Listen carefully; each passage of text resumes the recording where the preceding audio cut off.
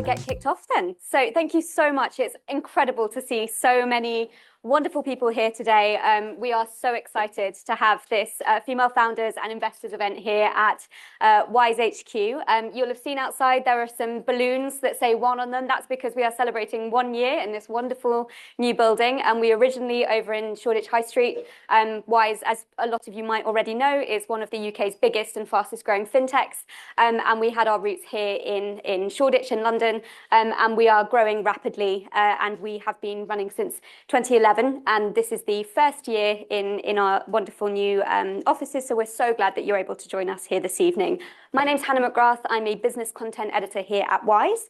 And I work specifically on Wise Business, which I don't want to pitch you because that's your job. But we built a business account which enables founders and investors to save time and money on doing overseas and international payments. You can get paid from clients and suppliers overseas, including USD account details, and lots more besides. If you'd like to find out more, I will be running a product demo station over on the table over there later on. But without further ado, let's get into the content for today. So as you can see, we've got a wonderful panel of inspiring women here today to talk through how female founders can overcome the gender funding gap and redefine startup success. So hopefully we will have lots of insights for you to take away, but also there will be a Q&A at the end of this session. We'll be passing around a mic, so please treat it as an opportunity to have an open discussion, to ask any questions that have been on your mind for our wonderful panel here who have plenty of experience and lots of opinions, which is exactly what we want to hear from you as well. So before we kick off, I'm just going to do a bit of scene setting. So as we all know, Sunday, the 8th of March is International Women's Day, but that's not the only reason that we are doing this event today. We are doing it because, as we all know, the gender funding gap is real and it's growing.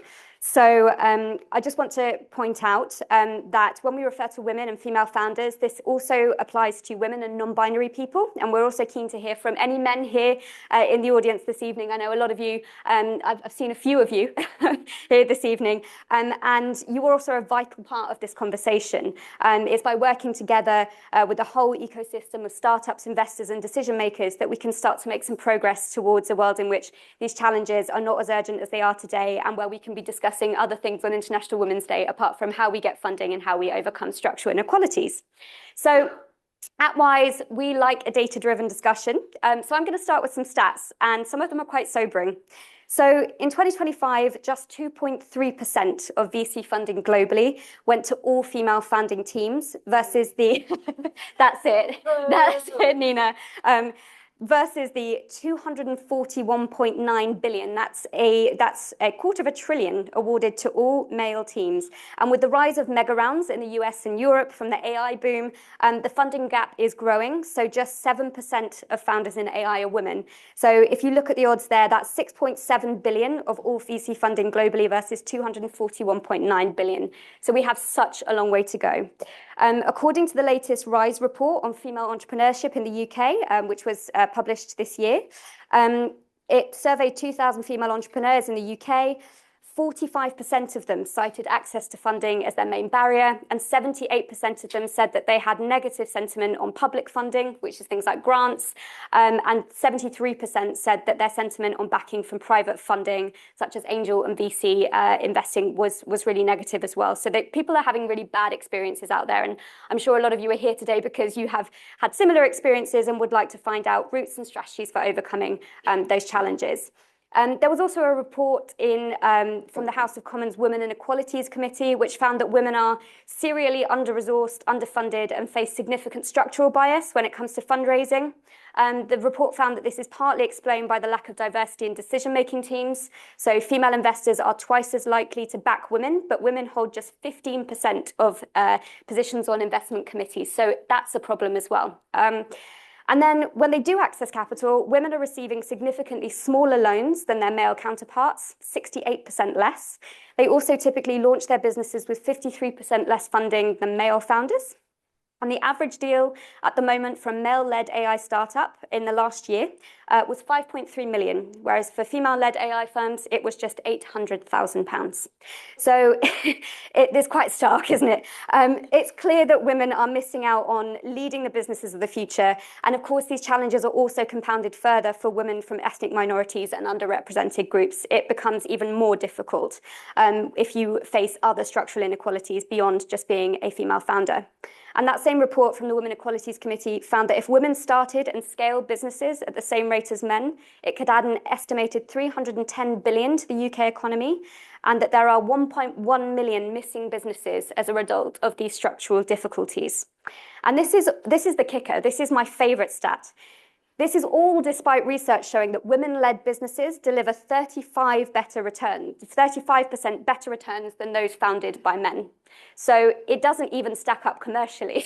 So profitability faster. They can reach profitability faster. They're also forced by circumstances often to bootstrap, which means they learn very quickly what works and what doesn't quicker, and they are much more responsible with their funding and with their spending as well. So it is not something that I think people should be overlooking as a real problem when it comes to economic growth as well.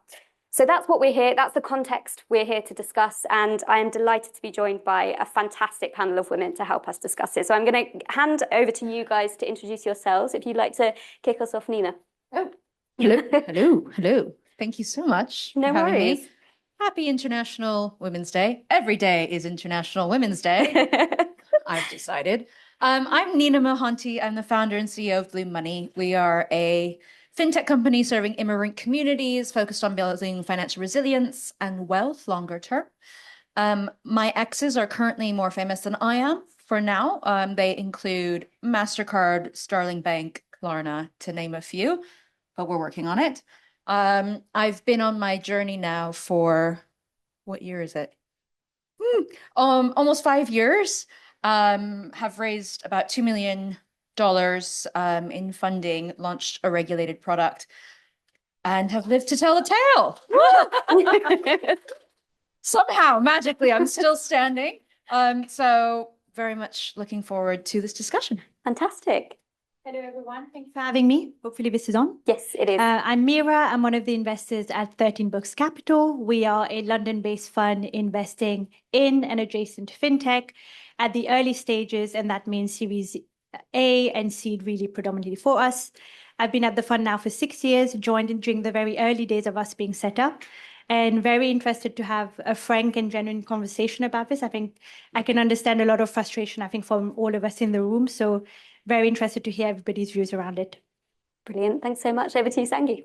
Thanks. Hi, everyone. I'm Sangi. Firstly, thank you for having me here. I'm very excited to be on the panel. I work for Wise Platform, and I'm the head of delivery for Wise Platform within Wise. Wise Platform is essentially the enterprise arm of Wise, where we take this amazing infrastructure that hopefully you all know about, and we work with banks, fintechs, and enterprise organizations all over the world so that we can offer it to their end customers. I've been with Wise Platform from when we first started, and we often talk about our team as being a startup within a scale-up. So when we first started, we had about 7 people in the team, 4 partners, and over the course of the last 7 years, we've scaled that out to grow our business across multiple geographies and have over 110 partners now that we're working with, including some of the world's leading banks. So really excited to be able to share any learnings in terms of scaling businesses and to join the conversation. Awesome. I'm the other Nina on this panel, which is a real rarity for me because I hardly meet any other Ninas, and to think I'm on a panel with you today, amazing. Double trouble. Yeah, exactly. It's good we've got both sides covered. Yeah. So I'm Nina Tumanishvili. I'm from Georgia originally, but have grown up in London all my life, so very familiar with the London startup scene. I've been in startups for over 10 years. I first started out working at Deliveroo in the early days whilst I was at uni, then not TransferWise. That's where I am. I did not work here. Payment Sense, which was then acquired by Dojo. And I also started my own startup, which was nowhere near as successful as Blue Money and Nina over here. But I have some learnings to share from that. And The last few years, I had a baby, and I also joined Women in Congrats. Tech Global. Thank you. Yeah, thank you. And yeah, so Women in Tech Global is the leading charity that deals with pioneering women in the STEM field. We have the mission of empowering 5 million women by 2030, and the UK represents one of our biggest chapters. We have 8,000 members currently in the UK chapter, mostly based in London. We organise events. We also do some online things and advocacy, but a lot of it is London-based primarily, and yeah, I'll go into more as we go on. Absolutely. Brilliant. Thank you so much, guys. Well, let's get into it. So addressing the gender funding gap, as you've heard, it's only a small problem to solve. What are some of the challenges that you guys have encountered when fundraising? Is it obvious to you that there's structural inequality when it comes to things like pitch meetings, or is it more to do with things like access to investors? Nina, what's your view on that? Brace, brace. How long do we have? Actually, I'm so incensed by this topic that I'm actually writing a book about it. It's a fiction book, Okay. but it's long. There are a lot of learnings I feel like I need to share with people.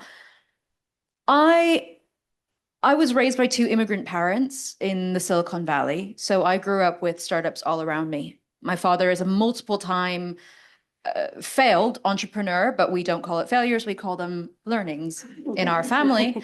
And so I just kind of grew up around it. It was very normalized for me. Not only that, also just like living down the street from a VC at a reputable firm. And so in terms of access, I was quite lucky. I also worked at a lot of fintech startups, as I mentioned, before starting my own business. So I had a pretty decent network. I had people I could reach out to. I had, partners at Andreessen Horowitz on WhatsApp. And so I could get to the people I needed to get to. And I'm sure you've all seen that meme where it's like our mothers taught the little girls that we could grow up to be anything and do anything, but we didn't teach our boys that. And unfortunately, I went out into the world with my pitch deck and was like, here's my business plan. And like, I forecasted 100 years in advance. Like, let's go. I'm ready. I'm in this for the long haul. And I thought, like, I can do this and we can all do this. It's amazing. And someone had forgot to tell everybody else that we can do this. And so I refused initially to believe that it had to do with me being a woman or being brown or building for immigrants. And I thought, okay, so it's the pitch, it's not good enough. The metrics aren't good. The forecast isn't right. And then it just kept happening over and over and over. And while I am not a quant, I've always been a poet more than a quant. I do like empirical evidence. And so I started to look at things, and I looked at all of the rejections that I was getting over and over and over. And I started to group them by themes. And the most common things were, do you think you have what it takes to build $1 billion business? Do you think is this big enough? Why don't you just start Bloom as a charity? Would anyone use this, do you think? Let me ask my wife. Or my secretary. And I was scratching my head and kind of wondering, because I think, especially in VC land, we get this idea that like women can only build for women, but men can found Flow, a period tracking app.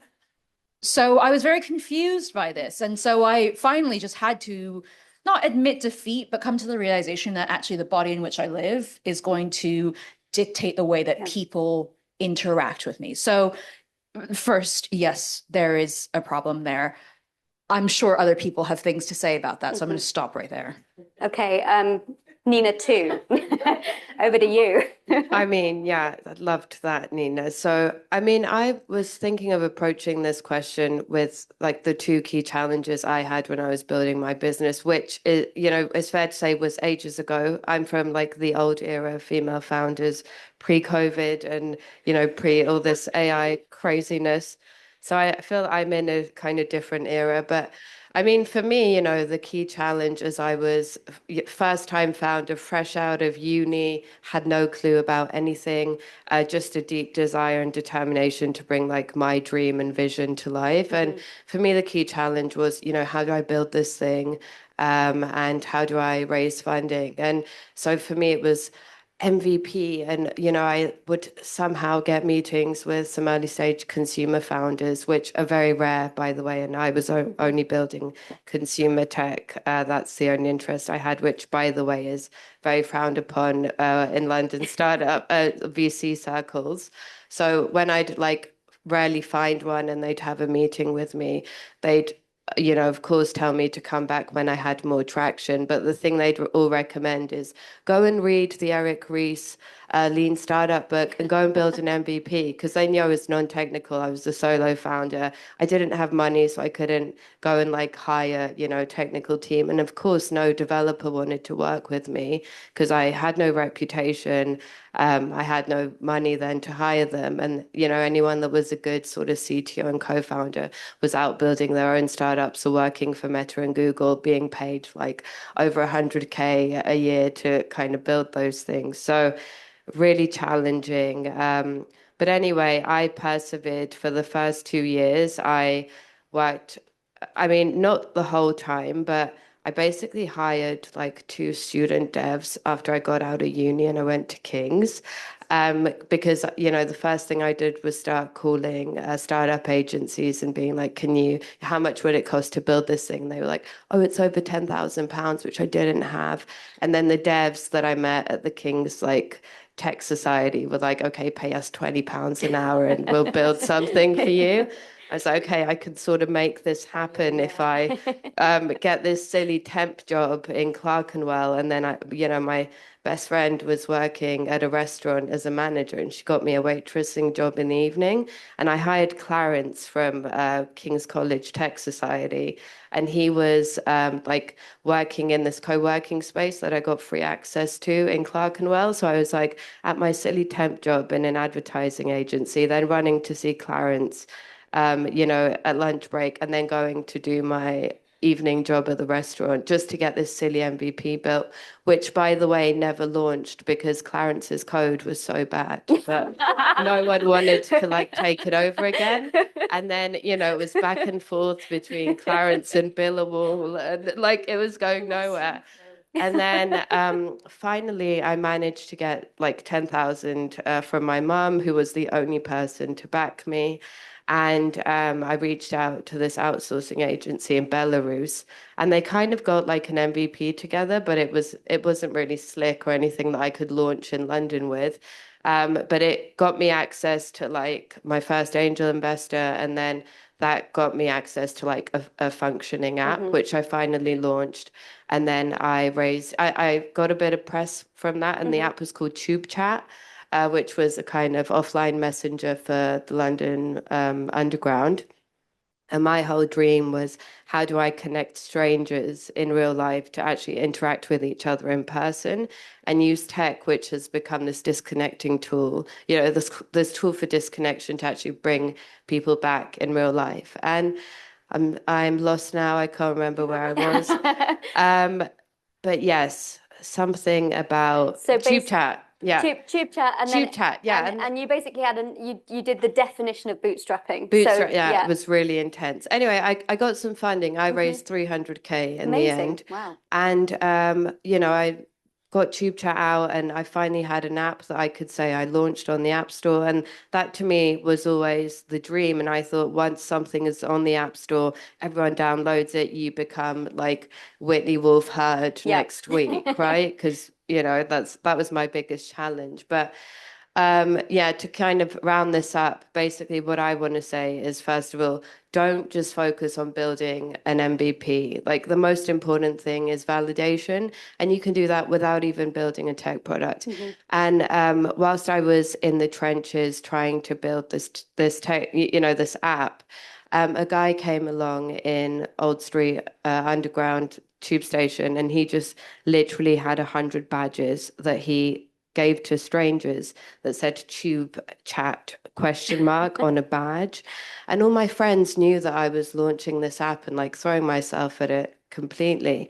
They were like, oh my God, this is such a great idea. Well done. Like, and you know, this guy went viral. He was on the Huffington Post. He was doing interviews with the BBC. And like my friends thought that was me. And they were like, well done. Like your idea is finally out there. And It wasn't me. Oh, It was no. it was this lovely guy who I met in the end, because I was just like, you're so awesome. You finally, you know, you actually have started off a revolution on the tubes But he with your didn't need an app. badges, which he got for free. He just Yeah. got like some, you know, kind of agent, not even an agency, just like a manufacturer of stickers and stuff So to is the like give learning him there that it badges. doesn't always have to be an app? Yeah. So the idea Okay. is just validate with experiments Yep. and don't build apps. But now in the era of AI, it's so easy to even build tech products Yep. that like just go out, try things, iterate, speak to people, build WhatsApp communities, you know, and bring people on your journey. Yep. If you've got friends, add them to the early WhatsApp group, Yep. investors you meet, get them involved, get them to really be involved and invested in your success. And get on Lovable, test things, Get and on then Lovable, yeah. and then validate with your target customers before you even start building, because that's the way to do it efficiently. And just one more thing, and I'll wrap this all up. I want to say that fundraising is not even the biggest thing you need to worry about, not only because AI makes everything so cheap, but also because what happened to me when I was fundraising is I was raising money to hire people, which ultimately left me as soon as the funds ran out. And this happens a lot with female founders. You might raise a pre-seed, raise a seed, but it's a constant decline. There's less and less rounds. So just make sure you find people that will work with you for free. And you can find people who will join you on equity. I used to think it was impossible, but then when the money was gone, I just put out some ads on work in startups. There was volunteers joining me because they believed in the mission, that worked with me for 6 months after for free. And, you know, moving forward, I will follow that strategy of just build your team of the real ones who will be with you in the trenches, even when the money is gone, and just, you know, focus on that instead of let's get this angel investor to give me 10K to then hire someone for like 2 months and then they leave you and like you're left with no one. So long story short, You've been in the trenches. You've done it. I've been in the trenches. Things are different now. I think the point here really is that like that seed and early stage funding is also super important, right? Because it validates your idea. It gives you credibility when you're walking into a room where you want to seek further funding or you want to hire people. But also there's research that shows that what you get in terms of backing and funding in the first 2 years has a direct correlation to how much funding you're going to get in the following 10 years. And it's those early years are critical, not just for validating your ideas, but also for building a community of investors who believe in you and can continue with you on your journey. And this is a really good point for us to introduce Meera. Meera, you've heard about the structural inequalities. Do you agree that they are there and do you see them every day? Or on the investor side, is it something that you have to be really intentional about in order to try and overcome? I think to be honest, I think it's very hard to say that there isn't something structural when, you know, the statistics are just so stark, right? It's not great. And I don't think it wouldn't be honest of me to say that I don't think there isn't that. I think when it comes to, let's say, bringing it back to our own setup, as a team on the investment side, we are a diverse team in terms of not just gender, but nationalities, economic background, lived in experience. So I hope that means that when it comes to actual pipeline, when it comes to who we're looking at, also, I think probably we will get into this, but how we behave when founders of different backgrounds, different setups to our own come in, I really hope that we behave differently. And I hope that actually when we don't, that people also call it out. Because I think that is also something that people should own up. And actually, if someone saw you is not the right way, that you also do it differently. Going back to your question, so that was, I think, the first part. Do I think there is something structural? I think it's hard to argue against it.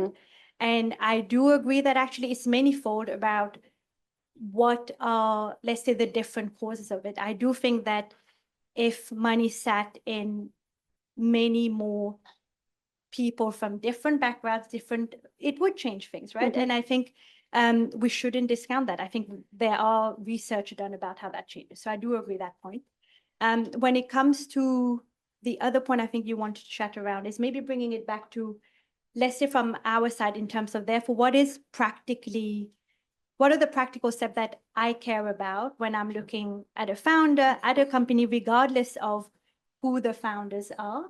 I think the point around what you've said, getting early feedback, all of that is right on the point. But I do think also from my perspective, and also very much based on the stages that I invest in, also the idea around how do you monetize it? And of course, no one knows exactly how things are going to play out, right? No one knows that. The investor doesn't know it. The founder also doesn't know it. None of us know. So at some point, it's just, we'll hold hands and jump together and see where we go.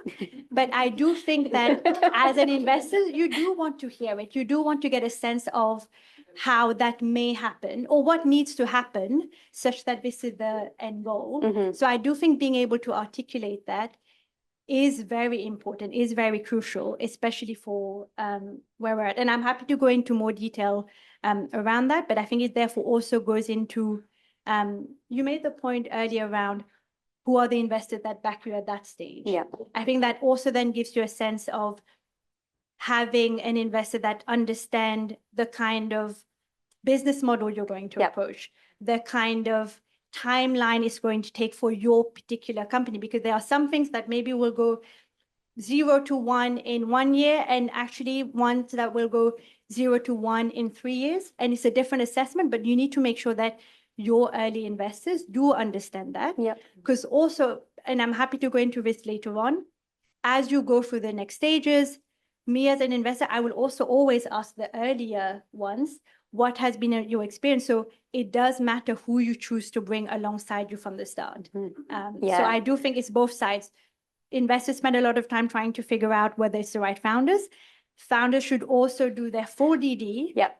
Are those people that you actually want to work with? And do you also want to work with them for the long run? I don't think it serves anyone that, you're not rowing into the same direction. Yeah, absolutely. And I think with female founders as well, we often see that they are focused on sustainable growth. They want financial stability, and investors can often be looking for, well, how does this, how do we 10x this in the next 6 months?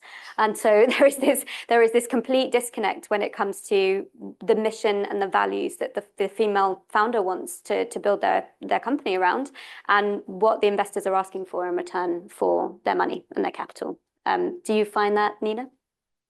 Oh, yes, definitely. I think one of the things that, actually talking about VCs, and is it a male, female thing? I don't know. One of the things that I noticed, and I don't know if you've seen this, Meera, I'd be curious. I think I'm quite pragmatic. I'm a realist. The world is bleak. Black coffee and cigarette in the morning. Oh, everything's terrible. But I'm quite realistic about what I think my team can achieve and what I can achieve. So to give you an example, when I first was building my forecast, I was realistic, but definitely, I thought, ambitious. And actually, when I was raising my seed round, I got a call, like a back channel. And this is one thing that you'll find if you raise from VCs. You're always back channeling. Get that WhatsApp number, because you're going to be like texting people like, is this person legit? Or like, how do we feel about this? Or whatever. And the analyst that was on the deal was like, can I just call you real quick? And he said, we need to 3x your revenue across everything. And I was like, oh, okay, but why? And he said, we're not going to get it through IC if we don't. And so I went and chatted with a bunch of my female founder friends, and they were like, no, but like, that's not realistic. Like you can't do that, right? And like this is what you're telling them you're going to do. And then I went to my male founder friends, and they were like, yeah, we all do it. Yeah, man, 5x that shit, do it. Or at least tell them you're going to do it. And that's the thing, right? Like, you don't want to make commitments and promises that you can't deliver on. But the guys are like, well, the objective is to get the funding. So we tell them what we need to get the funding. Exactly. And I don't know if you've seen that, but it hadn't even occurred to me. And for them, it's not lying. It's like, just like, yeah, of course I'm gonna get that money. I'm gonna get that bag. Always be closing. I'm like, no, same. Always be closing, but like within reason, no? And they're like, no, man, bigger. And I was the one that wasn't thinking big enough. Mhm. Do you find that is a gendered thing? Or do I need to go speak to my therapist about my confidence? I actually don't, as you were saying this, I have the exact setup around what numbers should be Oh, with another founder who's actually not a woman. So this is a man. And so whether this is gendered or not, I don't know. But maybe if I can articulate why that analyst said that to you, or maybe says it to other founders, is it that we just want to see a very big number and just, oh, this is great? I think it's not, this maybe sounds hard, but it's not even the specific number. But I think you have a very short time to try to get so many things across. You're trying to get across why you, the founder, are the exact person to solve this problem to this customer group now and maybe in the future. Why you will be the person that will lead other people to join you on this mission. So many things that you're trying to get across. And I think the number sometimes it's a signal of what your ambition is, Yes. whether it is Yeah. true that you will reach it or not. Actually, earlier I was looking at the IC deck that I put together a couple of years ago. The company did not hit the number that I thought they would by 2026. But also for me as an investor, given that we know that also the statistics for most funds, many of the companies you invest in may not return the fund. More likely than not, it will be one that or two, hopefully, that do it. Therefore, when I go into investing for a company for the very first time, I must have the belief that maybe if many things align, that this is a possibility. And unfortunately, I think if sometimes that could be misinterpreted as, is this a lack of ambition? Does this not have, is it hard for the founder to articulate what could happen such that this is a big outcome to solve in the end also my goals and my fiduciary duty towards also my LPs about what I have promised that I should hopefully achieve. And I think, I know it sounds maybe counterintuitive that why should you put numbers that you can't necessarily reach, but I do think in that moment, it's a short window that actually this is something that can be misinterpreted. On the flip side, we have also had, let's say we've had some companies, we have invested in them because we thought, okay, you have the power to get to this vision. This is a discussion we also have every year when we set budgets.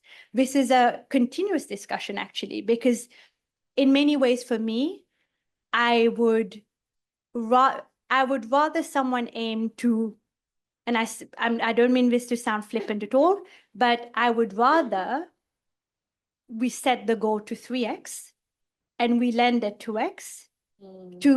I would not view that as a failure, that we go for the 2x and thought, oh, was there something else that we could have wanted? So this is, I think, an understanding amongst investors and their founders. But I do agree that this is something that only comes across once you do know your investor well, once you do understand that people will not penalize you for missing the 3x and hitting 2.3 when you go for the 2. That's not, that doesn't align.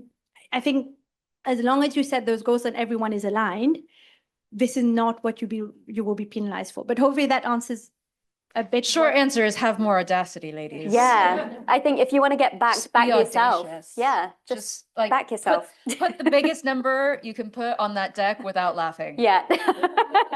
Maybe don't. I mean, some slight caveats to it, but we need reason and explanation. Yeah. But maybe just one point I want to make around this. If let's say you are a founder going out for the Series A, there are many different types of funds that invest in a Series A. So for example, for us, our second fund is $150 million. You will also have a fund that is maybe 500, and they are also doing Series A. But the reality of what we need to underwrite such that our model works versus another fund, what they need to underwrite is also very different. And yet if you were to quickly look, oh, who invests in Series A, both names pop up. So I think understanding some of those nuances as well maybe gives you a sense about, on the other side, what is maybe their mental map of what they are trying to navigate when they are looking at an opportunity. Right. But And for that, how do you find that? What's the secret? Is it back channels? Like, yeah, how do you find out, what the metrics are, what's going on in the back end, and so you can approach them with something and sell something to them that is going to work with what they're looking for? I do think actually back channels is the way to go. That is also what I do for my portfolio companies. There are different companies we've invested in, navigating different challenges. At some point, maybe we thought this was on this track. Certain things change. We think, okay, maybe that's on the other track. I also speak to my peers at other funds later on than me. I care about what they need to show in order to get through the IC. And also, I'm very conscious that the same person, I might have spoken to them 2 years ago. This is the metric that they thought they needed to see from my portfolio companies. I now speak to them. This has completely changed. Yep. So this is something that happens across all sides. So I do think founders should also try to do that. Yep. And I think hopefully if you have good investors on your side, that is also the least they can do to try to help you navigate this investor, let's say, landscape. Yep. Give you the key at least to finding, the answers that you want to hear and you need to hear. I think almost the rules of the game, right? Yeah, In the end, exactly. that's what you need someone, and you need someone who's a trusted source that will also tell you straight up what the rules of the game are. Yeah. Sangi, I want to go to you now because Wise is in a very different scenario. We're a publicly listed company. We've got 17 million customers and we have 8,000 employees around the world. But when you were right at the start of the Wise platform journey, you were very much like employee number one and you had to sell. Okay, but you were part of a very, very small team and part of your role was to scale something from basically MVP to a very, very big thing, which it now has become. So congratulations. But I want to know at Wise, whenever we want to invest in something, we basically have to pitch senior leaders in the same way that these guys here need to pitch for their investment. So can you talk me through how that process works in a company like Wise and what you needed to do? Yeah, I think there's lots of similarities. I think as you guys are talking through, like the challenge that you're having in terms of talking to investors is very similar to when we're trying to win deals or when we're trying to scale our business internally. So I think the thing that I would come together with is really thinking about preparedness is probably the one that I would answer. And I think it kind of ties into what you were saying, right? Like when we're pitching anything, whether it's in terms of thinking about funding for how we scale our business, it's really about thinking who are the stakeholders that you're pitching to. And so for me, what I really enjoy is making sure that I kind of like being an underdog. So making sure that I really can have the data or have the narrative or have the story that I think that person is going to ask. So not only understanding my product, but really understanding who's going to be at that other side of the table. If I think about even when we first started Wise Platform, we would have these monthly meetings, and it would be with Christo, who's our founder, and he's got an engineering background. We've got our CTO, Harsh, we've got our CPO, Nilan there, and we'd go into so much detail about our products and our partnerships, and you have to show up and you have to know your stuff. And I take that as an opportunity for me to be able to prove my credibility, for me to be able to like dismantle any biases or gaps that I think people might have about whether, I'm not an engineer by background, but I could speak to the tech. But that was only because I was prepared enough to know that someone like Christo is going to ask me those technical questions. And so to your point about understanding who your investors are, I think it's the same thing. And the way to do that is really, for me, is by showing up and being really prepared to do that. I think the other point that you raised about having a community and knowing your community and back channels is also really important. Working in our space, it's very much in the banking circles, and it's a very small community. It's a big community, but it's a small community. So I think trying to find your advocates and trying to find people who can speak for you when you're not there, to try to get that intel, to try to get that information for you and speak on your behalf is super helpful when you're thinking about how you're scaling or how you're getting more funding or how you get more information so you can show up in these meetings. Yeah, absolutely. I think this is a theme actually that's come up in all of your answers is knowing who's on the other side of the table, understanding what they need to see. It's not what they want, but what they need to see in order for them to make the business case for investment. And I think, one of the ways that has come up is connection and building a network of people around you who can support you on your journey. Nina T, we hear a lot about VC angel investment. It's kind of, what the focus is for everyone. But you talked us through a bootstrapping journey, and you also talked us through how you're actually building a community to help other women set themselves up for success. And I was really interested when I was doing the research for this panel. In the RISE report, they said that 78% of women entrepreneurs cite connection as central to their journey, but 1 in 7 report loneliness as their biggest challenge. And I think, obviously with events like this, we're trying to fix that. But how important do you think it is for female founders to build that community around them?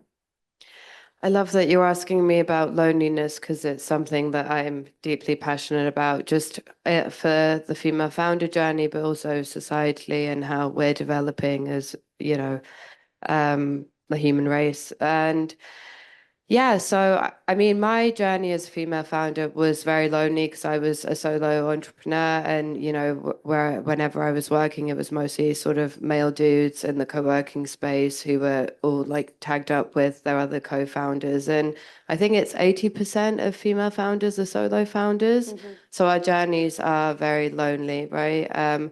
And there aren't many people to share the lows with and the highs with, but I mean, I was lucky enough to find incredible male allies along my journey. I had incredible mentors. I had incredible investors, sort of ecosystem people who, it's really important that you have people who say your name in rooms you're not in, right? Yeah. And I feel I had that.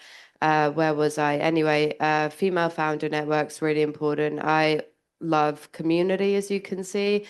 We do a lot of that with Women in Tech Global, but also whilst I was a female founder, I just got so frustrated with kind of not having anyone to talk to about the highs and lows that I set up an informal community every Tuesday of the every first Tuesday of the month. We get together by Old Street Roundabout and do founders dinners.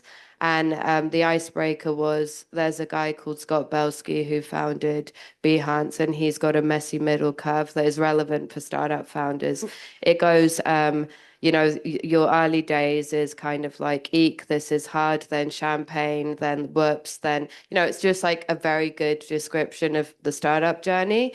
And that was the icebreaker for these events. You'd kind of come in with a sticker of where you are on the graph. So we knew how things were going. If you'd raised recently, it would say champagne. If you just had something terrible happen, it would be in the shit. We need to reference his graph to know exactly what it says, but I'd recommend everyone look at it because I loved it.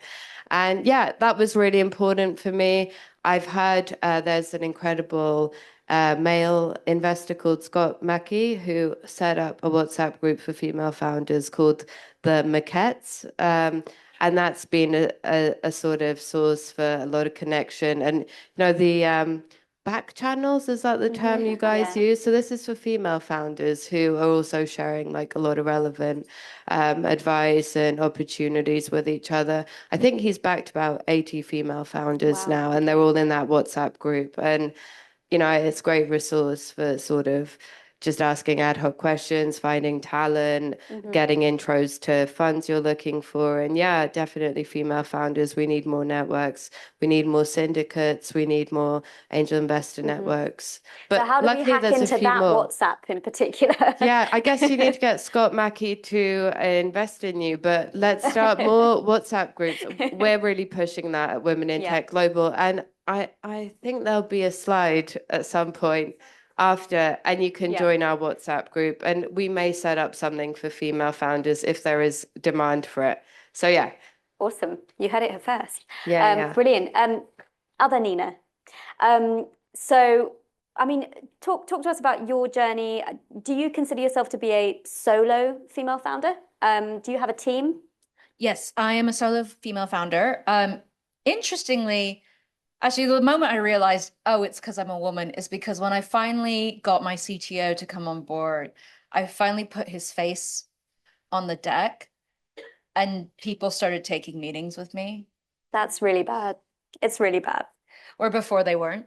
They're like, oh, not for us. And then the moment I had Dan, bless him, his cute little face, it was like, oh yeah, okay. There's a man here now. Man knows what to do. Right. He'll drive. Ironically, I have a driver's license and he does not. So anyways, one of the things that I learned was you just have to make do with what you have. Yeah. Right. Yeah. But yes, solo founder, incredibly lonely. Mhm. And I can only echo everything Nina said. Yeah, absolutely. Community is everything. So I would encourage you guys, after this session to make connections with each other, start WhatsApp groups, talk to people and support each other. And keep on attending events because I certainly have made a fantastic network just out of going to events like this. So yeah. Can I add something on this? I know we've talked a lot about like venture capital, but I think it's worth just saying not every business needs to be venture capital backed. So true. And it's really nice for the ego to be like, oh, TechCrunch, look at me, like I've raised so much money. And people are like, wow, you're amazing. And maybe your dad will finally tell you he's proud of you. Or not, in my case, which is fine. Don't worry, my therapist is working on it. And it's nice and it like fills this little part of your like validation where you seek external validation. Mm-hmm. But not every business needs to be venture backable. And I think I want to highly impress upon all of you, if you're starting a business right now, is to think about what you are actually after. Because when we talk about venture capital backed businesses, we're talking about billion and at this point, $1 trillion markets, right? Like your TAM, total addressable market, that big circle has to be so massive for a VC to be like, yes. And if they even get a tiny percentage of this, it's worth it and it will return our funds. I highly recommend you figure out and understand the economics of venture capital and how it works and what VCs are thinking. You have to, we've talked a lot about stakeholder, shareholder, whatever, like management and understanding what they want out of it. Maybe in the case of Sangi, it's like, I need to be able to show Christo that it's not going to add a lot of dev work or whatever, right? And I need to show our commercial officer that it's going to add X amount. But most of the time for an early stage VC, I need to prove that I'm going to return their entire fund. Yeah. Right? So that means that a £200,000 investment is going to need to exit at about £20 million. Which is wild. Right? Is the maths right there?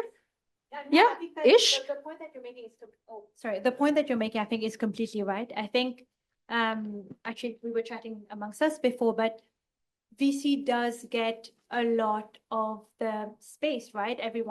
It's mostly what is talked about in the news, but it's not the fit for many companies. Actually, there's not few, but there are certain characteristics that fit within the VC model and many that don't. And I am mindful that sometimes if I also say no to a company, it doesn't mean that the company is bad. It doesn't mean that the business model is bad.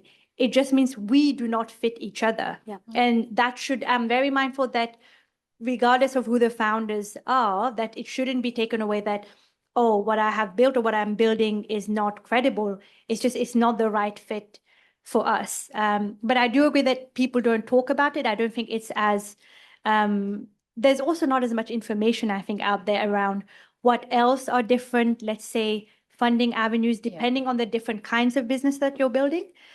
So maybe that is something that, we should also spend some time discussing if that's useful for the room. I do want to just add to that though as well. I'm really obsessed with this concept of equity, and not equity as in like what is just, but equity ownership. Most people here will have heard of Reese Witherspoon or Zendaya, right? These women have become, well, Reese Witherspoon is a better example. She's an actress, yes, and actresses get paid less well than they used to now. but she had equity in her business, Hello Sunshine, which is a production company, and then she just sold that. When you are raising VC money or angel money, you're exchanging ownership in your business for that money, right? And it can get really, really huge. I used to work with Sebastian, who was one of the founders of Klarna. And I just sat there looking at the number of rounds he had raised. Because I remember when I was there, he raised a $1 billion round, literally $1 billion round. This is before the AI hype, right? So that was like, it broke my brain. I couldn't fathom that. And I just thought, well, what's the valuation got to be for him to have anything left in this business? Because at that point, you as the founder, you're losing more and more and more ownership. And so I really encourage, it's something, if I could have done it differently, if Bloom didn't need to be a regulated company where I had a lot of upfront costs, I probably would have gone about it a different way, because I would have held on to more equity ownership in my business, because I'm the one pulling my hair out. I'm the one crying every night and drowning my tears in Prosecco, not the VC. So just food for thought. Yeah, very, very interesting. I think also, like, ironically quite sobering. I think I think the idea, I don't have a problem, it's fine. It's fine. But I do think the idea here that, like, you know, there are obviously, you're signing over control, even a tiny bit of control over the roadmap and the mission of your company. You have a very mission-driven company. Wise, we have a very mission-driven company. But, you know, investor expectations can also mean that, you know, you have to pivot slightly in your business model. Meera, do you find that the investors, not you specifically, but investors often ask, you know, it's not just about, can we 10x this? It's also, can we change this so that it is slightly more monetizable? For sure. And just to be very clear, I think anytime for any type of business, I think even if you don't go down the venture path, you bring in someone external or you bring in external money, money comes with ties. If you also go for a loan from a bank, it will come with ties, right? So, and if you come for VC money, it also comes with different ties. So I think it just depends what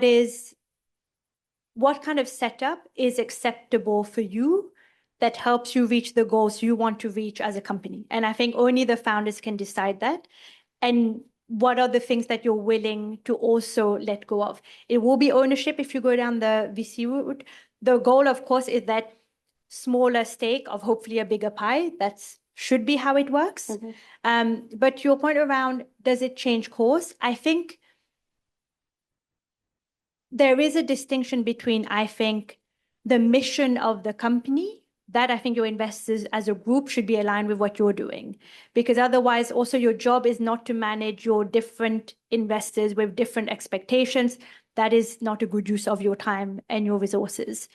But you will have, I think, push from investors and questions from investors about why not do this, why not do that. Sometimes it's an educated push, sometimes it's not. But you will have that in the room. So do you have to move your mission? No. And ultimately, as an investor, we're also the minority part of your business. We might have a vote depending. You might have on the VC side, you are a minority. You might have a vote in terms of how you set up your governance of your company around how many investors, which investors can do what, and how can they move the direction of the company. So that's also something to be mindful of as you are scaling your company, about how you want that to be playing out. So there will be push, but does it mean you push your mission completely to one side? I don't think necessarily so. And in the end, there's also different people. But I wouldn't say that you have to switch your mission completely, but you will have pushback. I think, unfortunately, none of the money comes without any ties or any influence. Yeah, absolutely. I think that would be wrong. Yeah, exactly. And Sangi at Wise as well, we also have the same challenge. Like, we have payback requirements and we have to show impact for every single thing we do. And I guess it's the same for you guys. Like, we're all accountable, and that's a good thing because it keeps us disciplined. But Sangi, like, when you're making the case for like the impact that this is going to have, do you feel like you are kind of like you're pitching and you have to persuade them that this is going to work? Yeah, and look, I think Yes, to a certain extent. And I think I'd pick up on the point that you mentioned around like knowing your mission and being true to that. When I think about when we've scaled, right? Like when you're on this journey, it can be really, it can be very easy to lose focus and do lots of things. And when I think about when we were first starting out, you'd have deals that would come in that looked great from a revenue perspective. And then when you start going under the hood of it, it might have, we had a couple of deals actually. There was one in particular that I remember where, again, revenue numbers looked great. As we started working through the deal, and there were two red flags for us that came through. One of them was the partner that we were talking to. They were just very misogynistic, and it was from a different cultural background, but they would just not speak to me, who was leading the delivery of it, and another female in the team. They would only speak to the men. So in my head, I'm like, hey, it's slowing down your actual launch. So this is really challenging. I don't know why, but sure, you have to come to me anyway. But the second piece was, as we started going into it, we realized that from a product perspective, there was a lot more build that needed to happen. So even though from a numbers perspective, it was kind of shiny, it was fine, we could have gone ahead with it. It just was deviating away from our cultural values of who we wanted to be as a team. But also it would have meant that we would have had lots of product debt and just stuff that wouldn't have made sense for us longer term.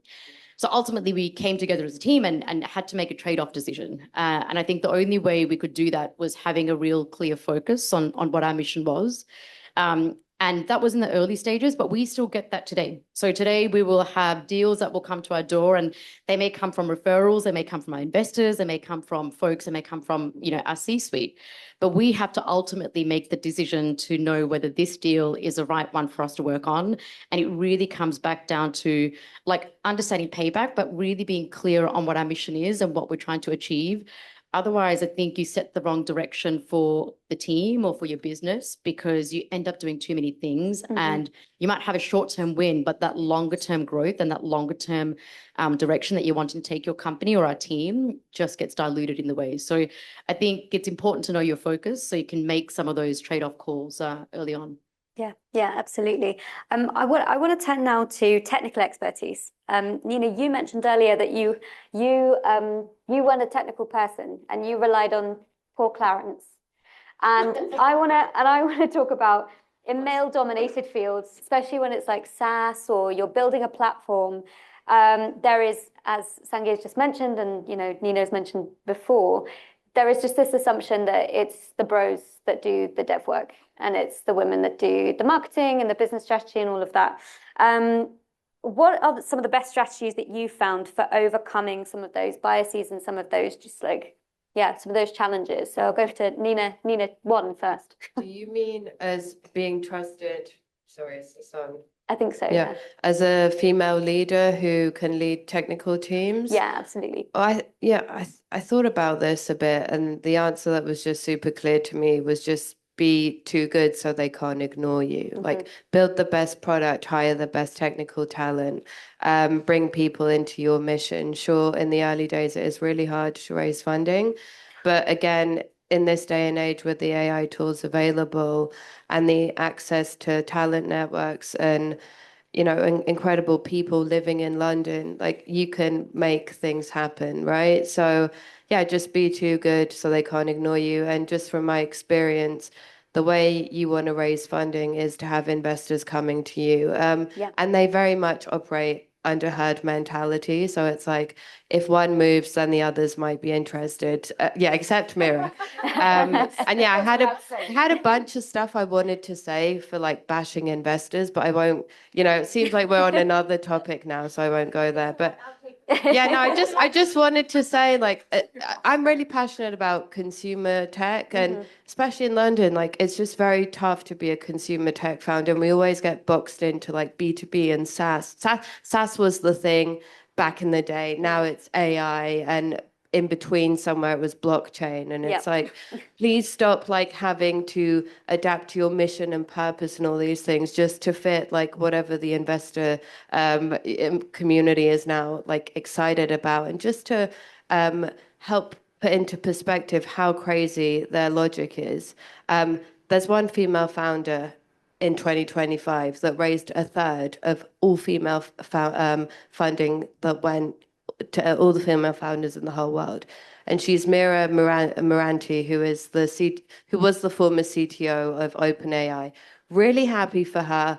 Well done. You know, she raised 2 billion for her AI startup that hadn't even launched then. But you know, to put that into perspective, there's investors who have put a third of all funding that's gone into female founders into one founder. So, you know, sorry, I don't even know where I was, but I just wanted everyone to know how insane this market is and how insane, you know, investors are and all these things. Absolutely. I mean, Nina, too. Have you felt the need to become an AI first platform where everything is AI and it's LLM and, you know, it's all agentic? And like, have you felt the pull to do that in order to, you know, to get into the next stage of growth?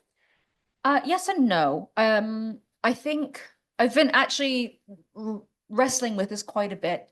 AI and how it affects those of us that work in tech, just more broadly. And I said to my partner the other day, like Sunday morning, drinking nice coffee, and I was like, I don't want to do this like sycophantic bullshit on LinkedIn, being like, oh my God, I use Claude Cowork. It was so amazing. And I now like have an app for my like tracking my bowel movements. Like I don't care and I don't want to do that.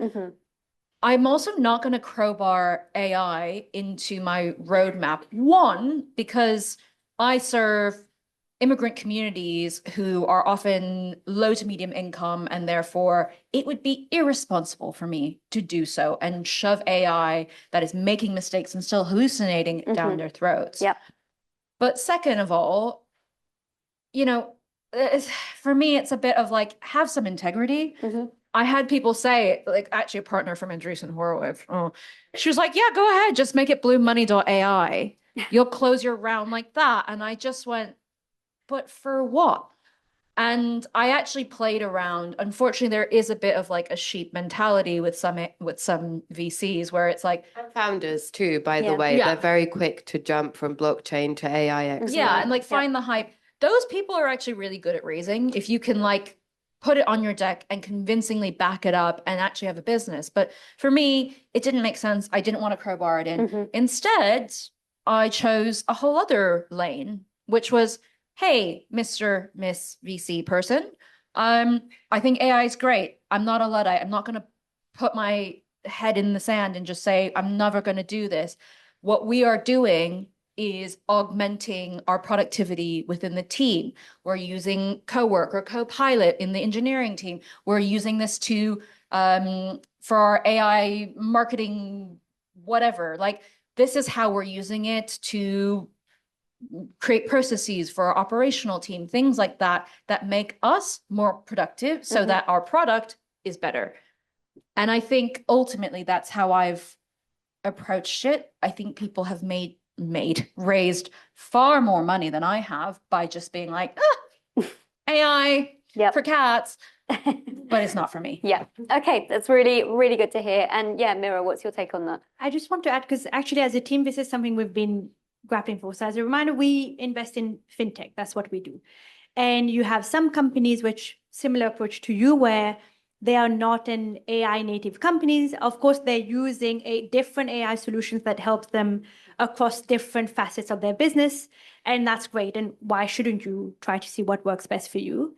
But I would be mindful of, and this is something we've been trying to figure out, is that how do we think about it as an investment team? How do we view the non-AI native fintechs versus the AI native fintechs? What's interesting for us?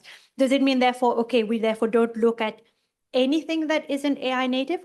I don't think so. I also don't think that's the right approach at all. Having said that, we are mindful of any company that we invest in. For them to reach their next hurdle of growth, their goals, they may have to go out to the next group of investors. And if that group of investors actually really need the strong AI story, and this is not something that for you is integral to your business and just doesn't work, you do therefore need to have some kind of a backup plan of, okay, fine. Therefore, it's a slightly different case that I then go after. And also for us as the investors, it's a different plan that we're underwriting. It's a different route that we're taking, and that's fine. But also knowing that, to the point, again, I think maybe this is the biggest takeaway, knowing who your audience or your stakeholders are. It is a different assessment. So I would say you don't have to be this. I don't think everyone is just saying AI native only, but be mindful that unfortunately there is this cycle of the next round of funding. And if the next group only wants to see that, you do need to have a bit of a different plan around, okay, therefore, if I do need more funding, what are the alternative sources? Am I in a position where I can go for some kind of a debt? And even within debt, what is the type of debt that can help me to reach to the next level? I would say also pay attention to that. Yeah, absolutely. We've also heard a bit about sort of making sure you choose the right investor. And Nina T, you said earlier that you had a great mentor. You had someone who gave you guidance and kind of, could shepherd you through the journey. How important was that for you? And what recommendations would you have? So important. Yeah, my early mentor, who was with me for the whole journey, passed away, unfortunately, last year. But I mean, yeah, it was so crucial to all of this and was kind of a co-founder on this. He was 70, had 2 strokes already that he had, overcome, but he'd rock up to the co-working space with me. And, we were like the best team. But yeah, mentors are super important. I wanted to say something about finding the right investors as well. I mean, my fundraising journey was really challenging for obvious reasons that I outlined earlier. But I just want to say, like, when you find the right investor for you, it's like such an easy and streamlined process. And as is when you find the right team members to join you, it's like once you find that match, it's way easier. I managed to close funding 2 weeks after meeting the fund that invested in us in the end. And it was a female venture partner who I think just got me and got what I was trying to do and put our case forward. And yeah, hopefully, you will all find those investors for you, or you won't find those investors and you'll build and bootstrap or crowdfund, because that's also a great way for female founders to raise, a lot better than angel funding or a VC funding. So yeah, just find your people. Don't waste time on time wasters, because I did lots of that. And you might go back to the same person that's like, come back to me with more traction, and you really want to close that deal, but it ends up being years of like chasing this person and the deal never gets done. So find your people. It will be a lot quicker to convince them to back you once you found the right person. Yeah. Yeah, I mean, Nina, is that your experience? And have you ever Definitely. walked away from an offer? I have. I felt Congrats. so powerful. First of all, watch the movie He's Just Not That Into You. If you've not watched it, it's delightful. But finding the right investor is like dating, unfortunately. I've been very blessed. I've not had to be on the apps for some years now. You can't even imagine what it's like now. It's like the Wild West, I'm sure. But you want someone that's aligned with you, right? I, with a pre-seed round, walked away from 3 term sheets. Wow. Okay. It was a very different time. We were like funding NFTs. Okay. So, but one of the funders, one of the funds, the general partner, one of the first things he asked me was, do immigrants have money? But they all must be very poor. And I kind of went, it's very strange.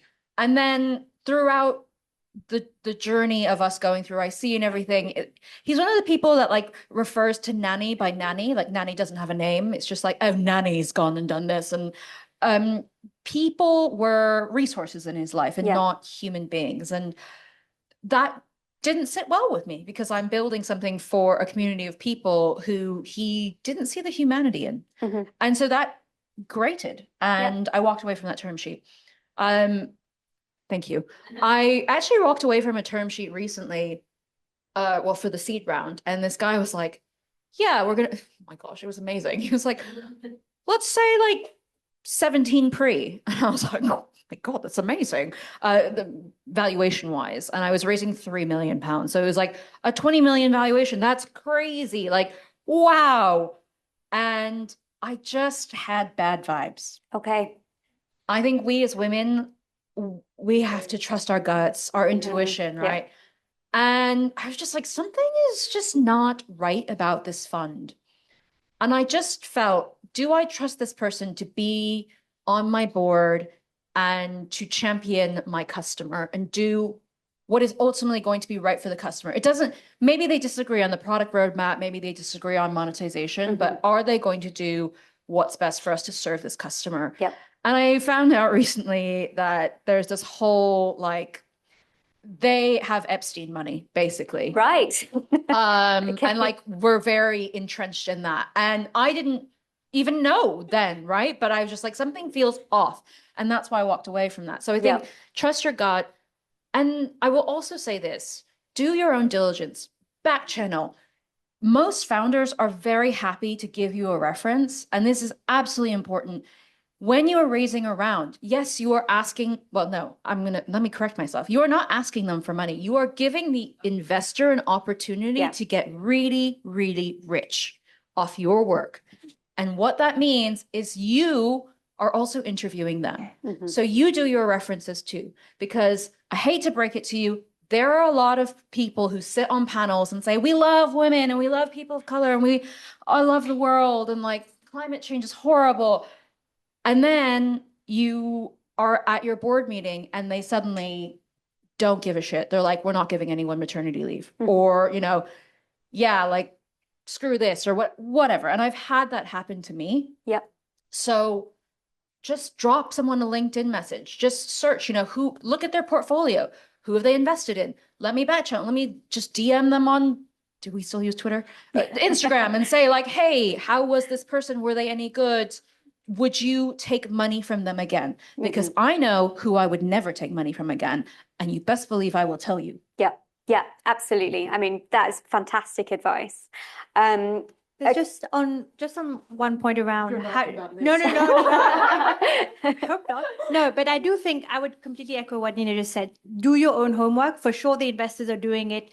I do it when I get to know a founder. I try to figure out where else they might have worked, that someone gives me a sense of what they're like as a person, because also for me it's a very short time for me to try to get to know someone. So I'm also trying to get as much information as possible. We're about to be in this for a very long time. You should do the same on me. I think this is completely fair. Investors should offer them to you, but by all means, we all like to plaster all the different logos of who we have invested in, all the founders, then go for it. Go and ask people. But one other way is that I'm sure you both have had this. Every investor will say, let us know how I can help and things like that. And I think as you're getting to know investors as well, I think that's a great way for you to also figure out how do they show up in those moments. Because of course, if you ask for something and they don't know, I don't think that's a bad thing because we don't all know everything, but also see how people show up. And I think that's a good way because in the end, your investors are not going to be able to help you with everything, but there are some things that they can. And by all means, I think in that time where you're getting to know each other, I think you should test it out. Yeah. I think that's because, of course, everyone is in their best behavior during fundraising. And it gives you a sense of what life is like beyond, let's say, the honeymoon period. Yeah, exactly. Like, what's their network? What value can they bring to your company, your roadmap, technical know-how, community? What does it bring to the table? And that's precisely the point you were making, is that you are interviewing them. Nina, did you want to? I just wanted to mention an elephant in the room that I've heard through our community and also my experiences and having a network of female founders. It's like, sexual harassment happens a lot with female founders, and there's some horror stories I've heard recently. And in the past, as I said, I've not been in this world for a few years now, but where angel investors have said, this deal comes with terms, you have to sleep with me. So it's like, that's a major red flag. Obviously. Obviously no female founder is going to go there, but sorry, yeah. But I just wanted to say this is a commonplace in our world, not only for female founders, for women in tech, but more generally. And yeah, I I hope this never happens again, and I hope there's more done. Okay, we have a surprise for you guys. So what I might suggest that we do, if you guys are open to it, is we'll have the surprise because it is time limited. And then we come back and we do a Q&A if you guys are up for it. Beyonce here? We can take a couple of questions? Okay, cool. Right. Okay, there's someone really, Nina really just keen asked, is over Beyonce here? So yeah, it's not Beyonce before any Not of being you get the really other excited. Could I take your mic? Thank you so much. All I care about is Right, I'm going to come over here and then I'm really sorry, guys. I know you've got loads of questions. Me too. I'm so delighted to be here. My name is Tatja Kaakanen. I'm a PhD in finance and technology, and I usually am under the bridge in the middle of the forest in Finland, so I love to be here. Now, the one comment I wanted to make you that the guys are actually quite nice, but it says that there's a concentration of psychopaths who actually deal with women or men as how do you call it? As tools. So Pawns. basically, Yeah, pawns in a so- game, yeah. Yeah, exactly. So I suppose that there's a concentration of those. Too many in tech. And second question is that how many people you speak to? Because basically it's like you have to speak a lot of that. Anyway, thank you so much. Yeah. Okay. So I think the question there is, one, how do you deal with tech psychopaths, be they male or female? And I think the second question is, how do you build your network and how many people do you need to speak to before you find the right investor? Yeah, Nina, go for it. Psychopath. Be very, very firm in who you are and know who you are, know your values. Actually, I really admire, one of my girlfriends started to date again because, having a boyfriend is cringe. I don't know if you know. But she decided she was going to date again. And she actually sat down and wrote down her values, which seems like really touchy-feely. But she wrote down what she wanted at her non-negotiables, what was a nice to have, etc. for dating. And I think when you embark in this journey of being a founder, you need to know yourself and every uncomfortable bit of yourself so well. I'm still working on it, but that's how I keep myself sane from the psychopath. There's a lot of sociopaths out there. I'm from Silicon Valley. My God. A lot of them don't wear shoes. Anyways. How many people do I speak to? I spoke to 153 funds for my seed round. Wow. Funds. And just my day-to-day, I'm probably speaking to minimum 20 people. Wow. Okay. So it's all about, okay, we're going to take. Yep. What can we have two more questions? Just two more questions, please? Okay. Okay, let's do two more questions. So one from here and one from over here. My first thing is a statement going back to audacity. I think one of the things that I literally live by is I approach every room with the audacity of a white man. Yes. Because the just in terms of what they can accomplish, another thing going back to the statistics is that women, we get less because we ask for less. Yep. So when I go into rooms, I'm asking for the ceiling, the stars, the moon, the sun, or everything up there. Universe. Because we deserve it and we're good at what we do. And my question is regarding the back rooms. I need all the numbers. That's how I'm gonna get them. I need all the numbers. So when we finish, I'm going to collect all the numbers and then. Yeah. And I think that's how this works. I think that's a great statement. And I think, you got to get back, you got to back yourself. But I had similar advice. Someone once said, how do I do well on my exams? And they were like, just imagine that you're a privately educated, middle-class white man and write your argument as though that's who you are and you're right. And it worked. But it's sad. It's bad. It's bad that is the advice. So, over here, one advice, bit of advice for here. So thank you. Good evening. I built a company in consumer health tech and raised 3 million. The company Wow. Thank you. $500,000 last year. So let's say we are late seed stage, now coming to Series A. And I feel like there is plenty of resources for early stage companies. But now, I'm lacking the resources, especially as a woman coming to more later stages. So maybe a question, do you know who to talk to?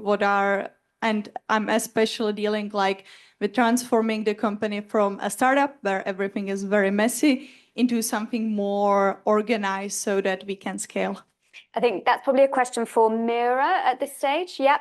Happy to. So I think on that question, I don't know the ins and outs of what you're building. So I think depending on what you're doing, getting to know the right founders who've been on the similar journey. And that's something that I don't know who you have raised from, but investors usually, this is something that I do for my portfolio companies, is that try to understand the problem set that you're facing and know that, and whoever has gone for a similar cycle to put you in touch with those. So I'm happy to chat separately.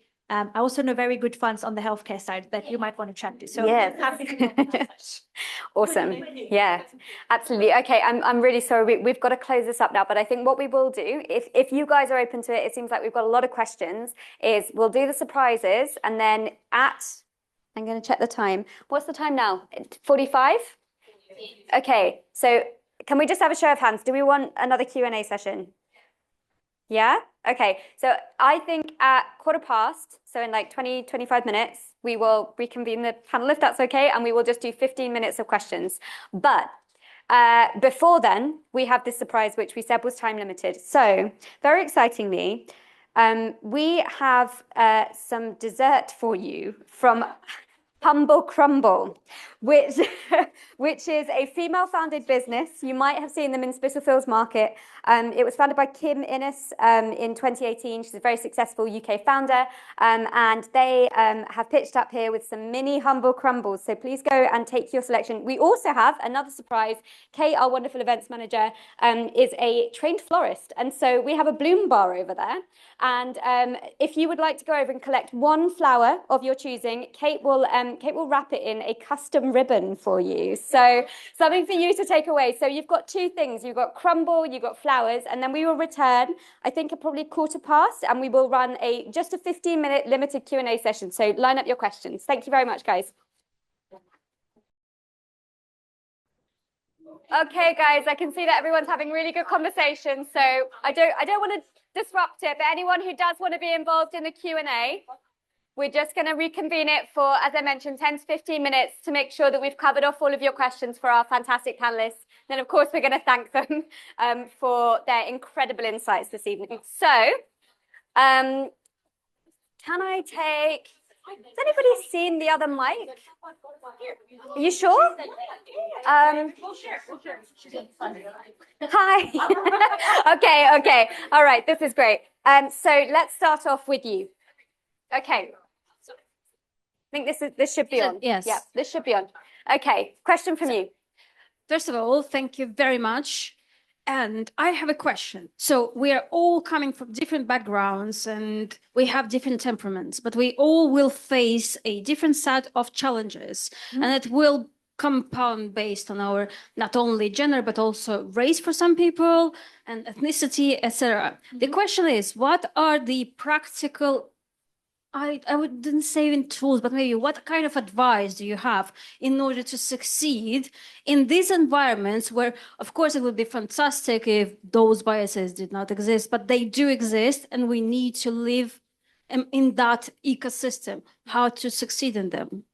I think we'll go Nina and then maybe Sangi. Yeah, Nina. Yeah.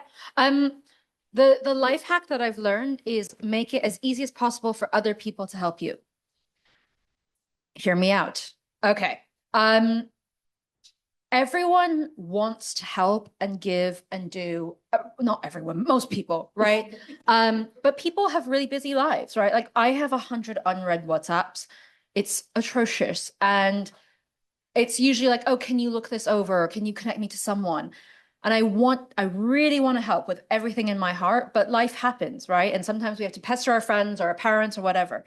Make it as easy as possible for people to help you. So if you want Meera to connect you to a VC that she knows, you get her email, you send her the email that says, hi, Meera, I'm so-and-so, we met at this thing. Thanks for agreeing to connect me to so-and-so. Here's a quick blurb about my business. Here's my deck and my Calendly link. If you could just forward it to this person. It's so easy for her now to just go forward in, okay. You want to minimize the number of steps it takes for someone to help you. And it's already hard enough for all of us out there. So if you want other people to help you, make it easy for people to help you. Yeah, absolutely brilliant. I think we'll go to Sangi and then Meera as well. So Sangi, yeah, what's your we've lost a mic, but yeah. Oh, good. Look, I kind of come back to what we said before in terms of, I think you mentioned like be so good that there's no room for these biases to exist. And so I think some of this is going to be, you prove people wrong by the quality of your execution and by building credibility and trust. I have a story which is during, I think it was during COVID times, we were working with a bank in another European market, and we were only communicating via email it was a head of marketing at some stage. We were working out their release plans or something. Jumped on a call and they're like, oh, you're a female. And they wouldn't have known that. And for whatever reason, right? Like, it was really interesting because my name is Sangi or Prasangi, and it's not, you can't necessarily, if you don't know the ethnicity, figure out whether it's a female or a male. But my assumption was, because of the way that I worked, for whatever reason, their perception was I'm going to be a male. Maybe it's because I was quite direct, I was fairly action-oriented, whatever biases that they had. And so it was a really interesting moment because, like, he said it, and he was in a Zoom call with a few people, and everyone just looked at him. And I was like, look, this is your issue, not mine. But I think when you think about those biases, they're going to exist. And some of this is because you have, everyone's got their own baggage that you won't know about. So the way that I would tackle that is just by showing up and being credible in what you do, backing yourself. And then I think making it easy for people to help you is also because if you've got a really strong brand and a strong network, other people will start opening doors for you if you ask them. And I think we've spoken about that a little bit, but that's kind of how I would think about that. Absolutely. And Meera, what's your take on that? I think the only thing I would say is just around trying to find the right, unfortunately, I think it's true. Everyone has their biases, including me, all of us, right? One way or another. I do think finding the people that you trust that will also tell you the truth about who are genuinely going to be the time wasters, and not just someone who has a bias but is trying to also work towards it. I think also have trusted groups of people that will tell you, just don't waste your time, move on, because you also have enough on your plate. So I would say trying to build that small group is very useful. And I think it compounds over time as well. Brilliant. Okay, I'll just add one thing quickly. There was a report from DocuSign that assessed basically decks and how they're being reviewed and what time investors are spending on the decks and what slides they're looking at. On average, it's 5 minutes a deck is reviewed for female investors and male investors, both female and male investors. And here's the sad thing, even female investors basically underestimate female founders, and they spend way longer on the team slide and assessing the market opportunity instead of spending time on the go-to market, the big vision and those sides, which men, most of the eyeballs are on those slides for them. So in your deck, make sure that you somehow present it in a way that those biases that will work against you on the team side and, just de-risking everything, you really put that forward in the deck, right? So it's like, okay, next. Mm-hmm. Do you have something you want to add there on the? Oh, yes. There's a really great book, category A swear, coming up, so guard your ears. It's called Fuck Being Humble. And it's written by my friend Stephanie Sword-Williams. Highly recommend it. And it's about how we don't, as mostly women, but especially in this country, as an American, it's very fascinating. We don't talk about ourselves. It's not the polite thing to do. And we don't talk about our achievements. So to that end, logos, if you went to Oxford, flaunt it, baby. I didn't think it was necessary for me to tell people that I have a degree, but some VCs were like, yeah, cool. Okay, you went to university. That's great. Yeah, and it's one I've heard of. Amazing, amazing. Yeah, Let's go to you here. Firstly, thank you. It's been an amazing panel so far, and also nice to speak to some of you very briefly. So I'm Swakara. I am the founder of Better Shared. And I asked this question because I hope it will be useful for everyone in here. So we were a marketplace originally, so an art marketplace, working with artists across Africa and the diaspora. And we have recently become an infrastructure business. That's why I wanted to speak to you afterwards. So we basically create the digital infrastructure that would power both. Oh, thank you. That would power basically artists from across Africa and also institutions across Africa to scale and sell globally. And the question I would like to ask is around kind of investment and funding. You've all kind of mentioned it, obviously, like across different things. So what would you, I think just the difference in funding and just being able to kind of touch on that. We touched on it slightly earlier, but I think people don't realize how different it is out there. So we are a bootstrap business. We actually had conversations with VCs very early in like the marketplace sexy era where they were like, yeah, we'll give you money. And then and I was like, let's see. Yeah. And I think if we did that, I'll be honest, I don't think we would have been around today. And because we were able to pivot very quickly, we're a small team. We were able to be like, actually, this is not working. Let's change. We did B2B. We did a couple of different things. And to be honest, when you're running a business for the first 5 years, so we're now in our almost 6th year, things change. They change rapidly. No one ever talks about the like ugly scenes behind the scenes of things chopping and changing. But what would you advise people where, you know, if they're not looking at VC or even VC, would you look at like a slightly different model? So like venture debt, or even as like an entrepreneur, like how you actually maybe look at investments slightly differently? Like, yeah, like what advice would you give people, I guess, from all of your industries, really? Amazing. Thank you. Yeah, Meera. I think if, let's say, actually, is it useful if I go through what the options are? Yeah, I don't know. yeah, I think that'd be helpful. No, Teach maybe, us. no, we Seriously. take things for given. I think and I don't know exactly kind of where you're at in terms of traction, so on and so forth. But even, for example, venture debt is a great opportunity. Many of our companies have used it and it has been very useful. But it's also a financial instrument that is tied to how the wider financial system is at. So there are some cycles where it's absolutely wonderful and you get very good rates and it works for you. And but at some point things change, as we all know, and you also need to be prepared for that. But I would be mindful, again, much in the same way that we've talked about, that VC comes with other people also now owning part of your business. Venture debt comes with quite strict guidelines of the moment you step off, there are penalties for it. So I think you also need to be mindful if you as a business, are those terms or are those conditions something that you can maintain? Or what is your buffer that some things are going wrong and I can still do it? And also figuring out whoever's your venture debt providers, are they people that can also be flexible? Some are more flexible than others. So I think educating yourself, and again, it goes back to speaking to other founders, other investors around what's your experience of one versus another. I know who I might recommend more for certain types of business versus others, certain types of geographies versus others. And again, unfortunately, not everything is out there on the website, but I think a lot of it is around education. So that's one thing on venture debt. The point around, I guess, funding on different stages is also people want very different things.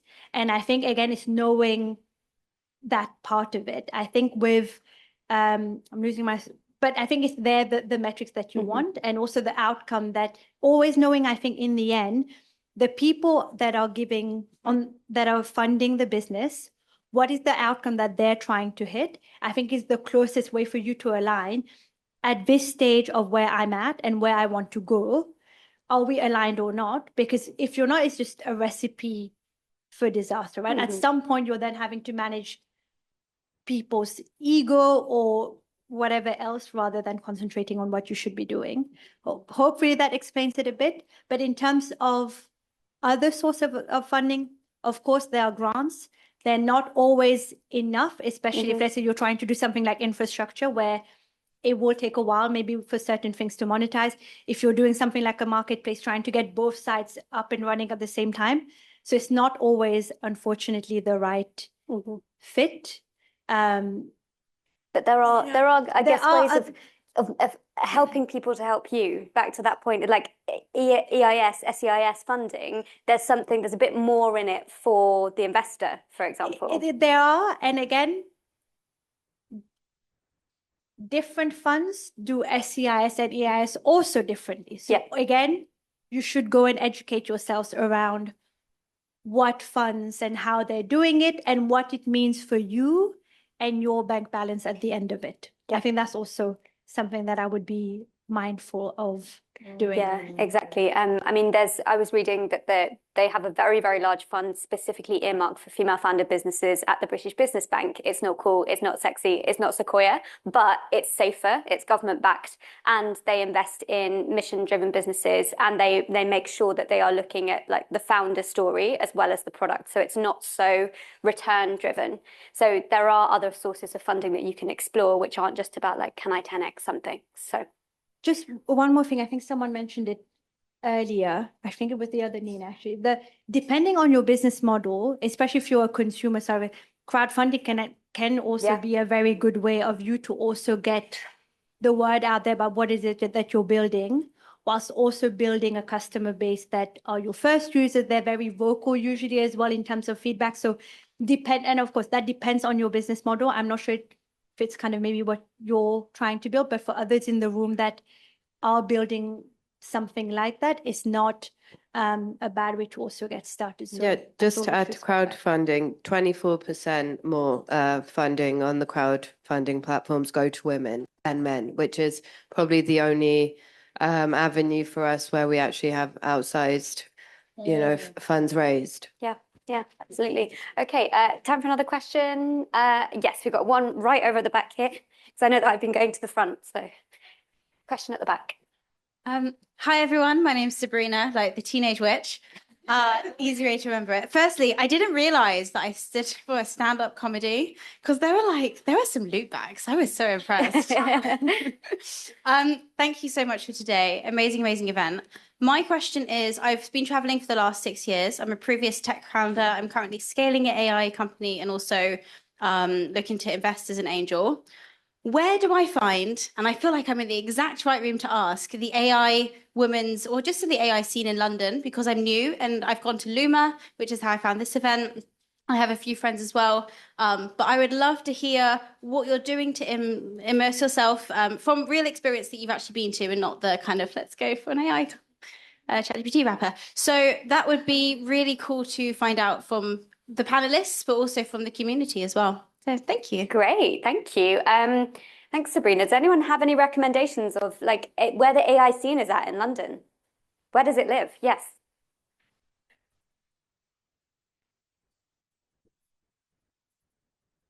I'm part of some really amazing communities that are doing AI. So I'll talk to you later, give you all the connections there. And they're also angel investor communities that can help you sort of know how to navigate that. So yeah, happy to do that for you. And with the mic in my hand. Yeah, sure, go for it. Right. So okay, I'm gonna stand up because I like the attention. So firstly, I want to ask Meera. Thank you. Sorry, it's because there's two Ninas. I'm Nana. It's confusing. So I want to ask in the VC rooms. I know other VC rooms, and I ask them this question all the time.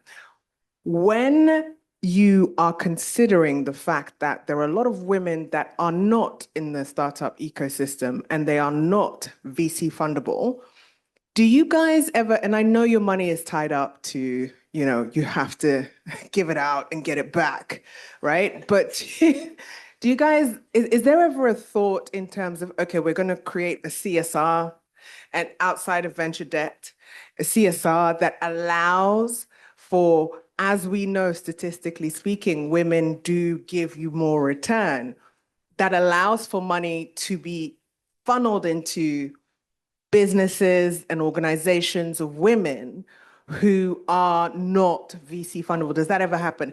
And that's one question. And then the second thing is, I was talking earlier on, and I've just forgotten, Sangi, sorry, about the fact that I think it's not a question, it's a statement, and it's a challenge to corporates. I'm not blaming you. So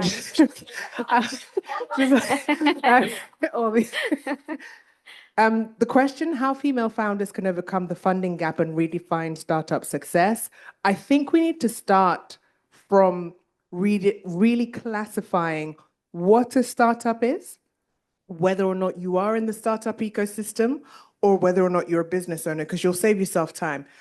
You mentioned it. I was going to say it, and then you mentioned it. I was like, dang it, stole my light. But what I'm trying to say is that a lot of, I said to Sangi, a lot of these events are really great and amazing for networking, but a lot of them don't necessarily read the room in terms of the large majority of women that are here.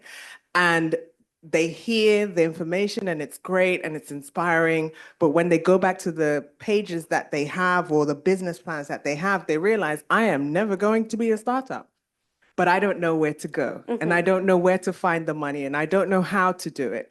So my challenge to Wise, I love Wise, by the way. I'm a customer. We love to hear I've been a customer for 10 years now. Love that. Is can you who do these things and other organizations who respect you consider doing events that, yes, there's networking, but the focus be more on alternative funding, positioning yourself in a place where you can actually get the funding, right? Because only 0.05% of startups get VC funding anyway. Yeah. So yeah, I think that's going to be far more beneficial, not that this isn't, far more beneficial to more women if we consider that. Got it. So yeah. So Okay. that was the first question. Okay, so I guess, well, I can answer the second one. I mean, we've been doing events here for Wise Business for about 6 months now.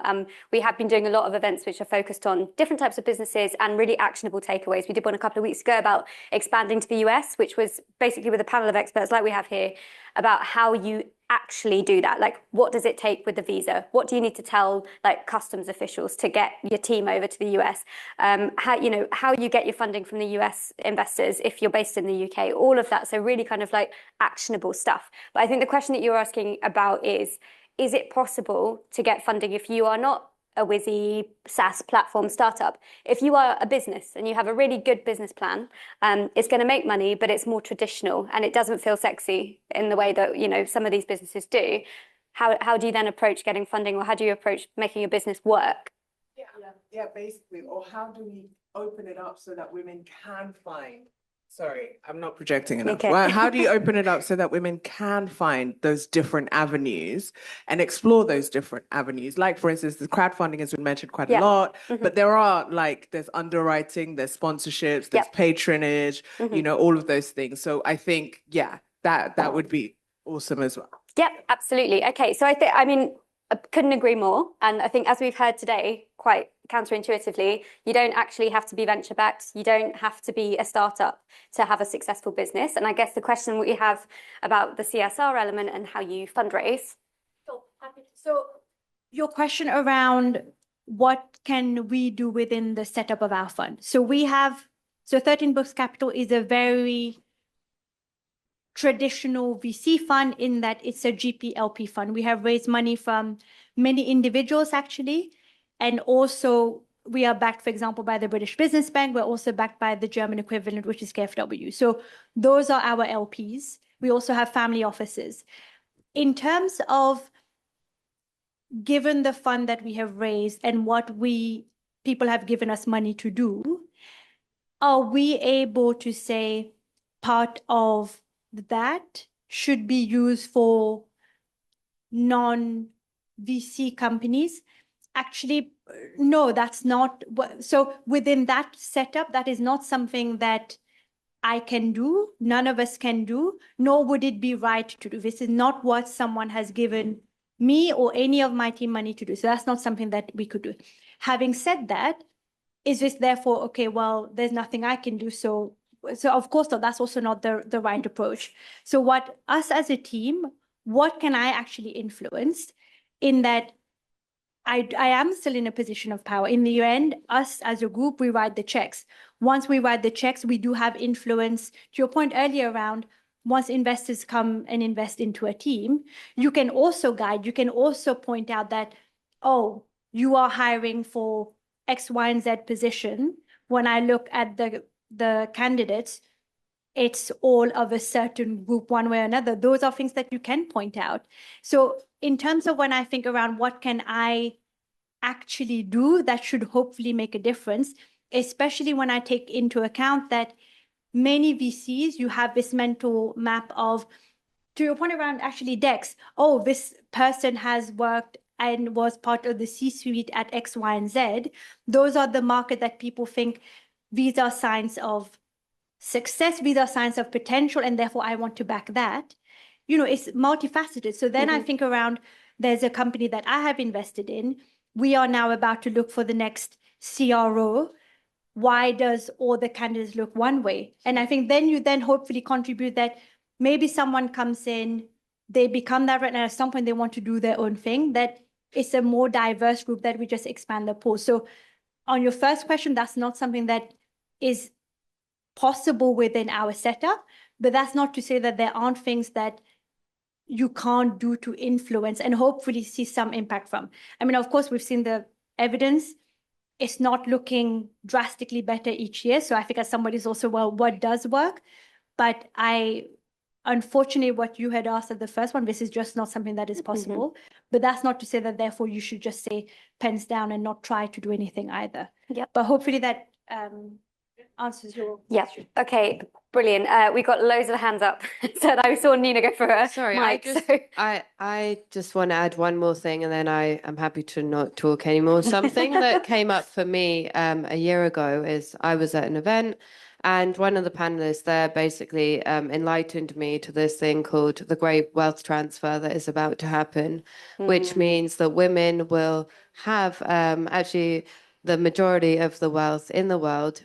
In the UK, it is said, I've looked for more stats on this. They said by 2025, 60% of all assets in the UK will be controlled by women. Finally. I want to double check that this is true. I was struggling to find sources, but there's also another analysis that in 2047, globally, the wealth will sway to our side. So what I want us to think about is how do we make sure that these women who will be, in charge of managing all this wealth have a passion to invest in the sort of things we care about, which are good for society and good for women and men, and equally, we can rise together. So how do we inspire those women to invest in female founders? And perhaps that could be a source of funding that is unlocked beyond VC. And I just want to say one more thing. It seems that the reason why women aren't getting the funding now is that a lot of the managers of this wealth are still men currently, even if the control of the assets is female owned. So how do we make sure more women are angel investing, they get to start doing this, and then finally that they're on the IC boards of funds where the decisions are being made? Absolutely. I think there's a point there as well about risk-taking and financial education. There also, even if you have the wealth, if you are a risk-averse person or you have never really invested and you haven't been doing stocks and shares since you were 13, how do you then, how do you then get in the mindset where you're like, right, I'm going to take this wealth, and instead of buying a house, I'm actually going to invest in a company and I'm going to see what comes out of it. So there's also an education piece for women about the fact that this could really work for them. And one more thing, not to generalize, but I think it's about 50% of female founders that build businesses in beauty and fashion. And it's like, how do we encourage these new wealth holders to basically look beyond these industries and invest in, tech for good platforms as well? Yeah, absolutely. Yes, okay. Sorry, guys. I'm so sorry, but I think it might help many people. So there is a huge difference between a startup and SME. An SME is a small to medium enterprise, and it can't be bootstrapped because you don't need that injection of money in order to build that huge infrastructure. When you have a startup, it means that you're likely to hit two major points. It's both innovation and disruption, and high risk, high reward, because it's profitable. So if you think that you're more likely to build it slowly but surely, and your idea, it doesn't mean that your idea is not great, but it means that it's more sustainable long term. Maybe bootstrapping, crowdfunding is going to help you. But if you think that you need to have millions of dollars to be injected in order for this idea to be real, yes, you're entering the VC world where even if you don't want to, but you need to be profitable because people are giving you money. And you need to justify why are they injecting all those monies into your business. Yeah, absolutely. So yeah, it's not just a question of like, bam, you get your funding and you're a millionaire. You have to actually do something with it. Yeah, Nina, how does it feel to be a millionaire, Nina? I just want to add to that quickly, just where we're on this topic, and I'll be quick because I know I've said a lot, but just in between what you were talking about originally and what you talked with SMEs and that, there is a middle ground that I feel like no one is talking about, which is the alternative funding, which is kind of what I was touching on before, where, yes, some of you will build, you know, VC, there is a small percentage that VCs will want because, yeah, you need to be billions and trillions, as we've mentioned. There are also very small businesses that will work bootstrapped. And there's an example in here, like there's a lot of like things that you can start with consulting, right? Consultancy is a business that you don't necessarily need funding for.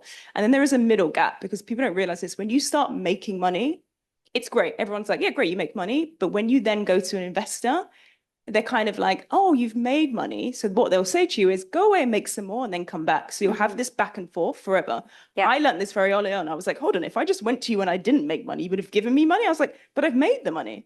And then we got to a point where we were like, well, actually, we don't really need your money, right? Like we can just figure out how to do it. And there's alternative funding. So there is invoice financing. There is revenue-based financing. There is things where they will, and this for me was really interesting because I was like, what is the point? I basically got to the point where I was like, me walking in a room as a Black solo female founder, and you're just going to look at me and go, yeah, it's like great business, but I don't want to invest in you for whatever your biases are. And so I looked at the alternative funding route and grants and things like that. And I went, actually, we've got revenue. I went to a revenue-based finance company. Like I was working in a co-working space and they were like, oh yeah, we know you. We'll just do, you know, we did some CRB and it was all on data. They all looked at our stats and within 24 hours, we had some money in the bank. Yeah. And so that allowed us to, it's still a loan, so we need to pay it back, but we can see how to kind of build from that. So I kind of want, I wish more people would talk about that aspect where you're not this side and you're not this side. There is a bit in the middle that still helps you scale. And you know, to that point, traditional businesses used to scale by walking into a bank and asking for a loan, and then they would, you know, take the same kind of analysis that a VC would, but at a much smaller level, and perhaps with, you know, slightly different metrics. There's someone over here with a hand up, and I want to make sure that we get through as many people as possible without our poor panelists just keeling over. Thank you so much. And thank you guys for staying so long and for answering all the questions. My name is Anisha. I'm the co-founder of a pre-seed company that uses AI for trade compliance. My question to you is, there's a lot of talk today about, you know, be confident like a white male, et cetera, make sure your pitch reflects that and your numbers reflect that. My question is, what's the limit? At what point do your numbers get delusional? And even when they do get delusional, is that even a bad thing, or do you just like a bit of delusion? Nina, talk to us about delusion. Do you want to go first? Because like, I feel like you have a lot to say on it. So your question was, at what point do the numbers matter? So right now you're at the pre-seed stage. You do not, I will assume you do not have revenue numbers to show you're just starting out, right? Sort of revenue, but mostly market sizing numbers, et cetera. Exactly. So I think it depends at which stage you're at. For the pre-seed level, a lot of the assessment is around you and the market. Why do you fit that market? Why do you fit that problem set? A lot of it is that, because also many investors at this stage will understand that there may well also be some kind of a pivot coming. Many companies that we have invested in at our stage maybe started out doing something slightly different. So there's also that. So also a big, let's say, assessment, I think at that stage, which is not typically what I do, just to be very clear, I think is around your nimbleness to switch should there be a need to. So there actually is understanding, is it a big opportunity? Are you the right fit for that, whatever that may be? When it comes to the seed and Series A, we do, for me, I want to see, the caveat is it's a business that already at this stage, one would assume should be generating some kind of revenue. I want to know what is the early signs of the stickiness here and how big does it go?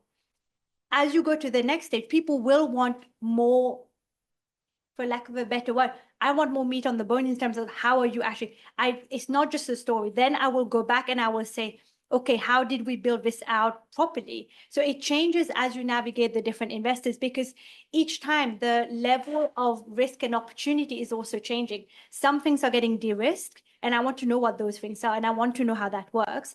But at the stage that you're at, a lot of it is the big numbers, because of what we have said of how all of that needs to work and why you're the right fit. So that's what I think I would focus on. If you know, and probably, and I know this grates on probably a lot of founders, I'm sure you did not enjoy it, that at a pre-seed stage, maybe someone else will show me your financial model, which is a bit of a finger in the air exercise of how does that work? Again, it's not, and I know I can imagine it's very tedious to be asked to put the work into doing something like that, where we all know that it may well change. From, let's say, just to give a view from this side of the table, what they're just trying to understand is, in practice, what would that look like maybe if these things happen, and how does that person think about it? So it's not that then someone will come to you after they've given you we said this is, we all know that this is, but it's just in that short process, how do I understand how you think about it and the steps to do it? So I understand it's tedious. From this side, this is what the thought process is. Yeah. It's kind of like hiring, isn't it? It's like they understand how they think, how they're going to justify what they're doing. Can you talk to us about sort of like delusional numbers and I'm clearly financial models? terminally online, because there's this like other meme that's like, of course I'm going to succeed, I'm crazy. And so like, yes, stay delulu, but I think it's worth mentioning. Okay, first thing, don't let your investors follow you on Instagram. It's just a bad idea. Don't let any investors follow you on Instagram. I posted recently because Sam Altman and Dario Amodei, the founders of OpenAI and Anthropic, were in India, and like there's this like big old thing, and like they're standing there with Modi, like yay, and they wouldn't hold each other's hands. Loved it. And so I went on this rant, because I do that a lot on my Instagram, and I was like, look at this petty shit. Look at this petty shit. Like these are the people that get to decide the future of our world. And who slides into my DMs but a partner from Andreessen Horowitz? And she says, yeah, but like, is that a bad thing? Do you want to hold hands with your competitor? And I was like, well, okay, then pick somewhere else to stand. Like, why do they stand next to each other? But also, like, this is so childish. Like, clearly no one taught them how to lose gracefully, right? She's like, well, is there a loser? And she kept pushing back and pushing back and pushing back. And she's like, well, you know, like Sam's like that though. And so certain people get to be crazy. Unfortunately, they don't look like us. Yeah. We got to change that. I think we'll have reached equality when like they're shipping all of us off to jail for like fraud. We're getting close with Elizabeth Holmes, but you know, like who gets to be delusional? It's like Elon Musk. He's like, we're going to the moon, we're going to Mars, and everyone's like, yeah, Elon, you're the best. What are we talking about here? So I think like be delusional within reason. Yeah. Be audacious within reason. Brilliant. Thank you so much. What a takeaway. Utka. Just a quick one. Hi, good evening to everyone. I really enjoyed this stand-up comedy show. You should create a podcast. I have one more question. There was a mention of risk. So I have a question for Meera about how do you feel, or how do you like see the gap, like the visible gap between the US VC and the UK and the European VCs? I want to know your opinion too, Meera. When taking the risk, because like European and UK VCs are more focused on the metrics and delivering the metrics, while the US VCs are more like, you know, still like, you know, the long-term version, the venture, the founder, etc. Yeah, thank you. Absolutely. Yeah. So different attitudes to funding, Meera. I mean, I guess I'm based here. So how do we approach it? I think, I mean, it depends, I think, on the founders, right? To also be very transparent, I have not been a founder. So I don't know actually what it's like to be in your shoes and to be on the receiving end of all the multitude of questions and how painful that can be. So just to put that out there in terms of how do I think it, there's a lot of press around it, right? Around how conservative European VCs can be towards when you compare it to US VCs. And I can also understand, therefore, founders wanting to lean more that way. This creates actually a real issue for me because also for very good deals, I have to fight for it. It's not that, you know, I just put a term sheet and someone says, hey, great, thank you, I would like to work with you. I also have to prove myself. So, and this is also something that I have been very conscious of. So I started at 13 books in 2020. Things have changed in many different ways over the course of those 6 years. You've seen many different US funds also coming in to Europe, into the UK, with actually that kind of attitude. So I also have to compete. I need to come to you with a decision also very quickly. I need to try to very quickly figure out what is the thing that I should focus on and what are the things I should let go of. So to the point that if that's true, maybe so, it does mean that for me, unless I want to lose good deals, I also have to adapt. So if that's the case, then it's more a question of me having to also step up in the same way that we ask different founders to step in different ways. So I think it's, if that's the case, I take it on the chin. And I think it's just more around, in the end, I also want to get into good deals. So I need to therefore do the work around it. So, but that's really, I think the only thing, when I see a lot of those things, it's more an assessment of therefore, what do I want to do differently to try to get into the deals that I want to get into. Yeah. And Nina, on US versus EU investment and VCs, like what's the difference? It's a completely different planet. Yeah. Okay, end of. Yeah. Okay, and we've got time for one more question, so I'm going to go to you, and then we're going to close out the session. Thanks, every incredible ladies sharing from the international background at this event for International Women's Day. So I personally enjoy it very much.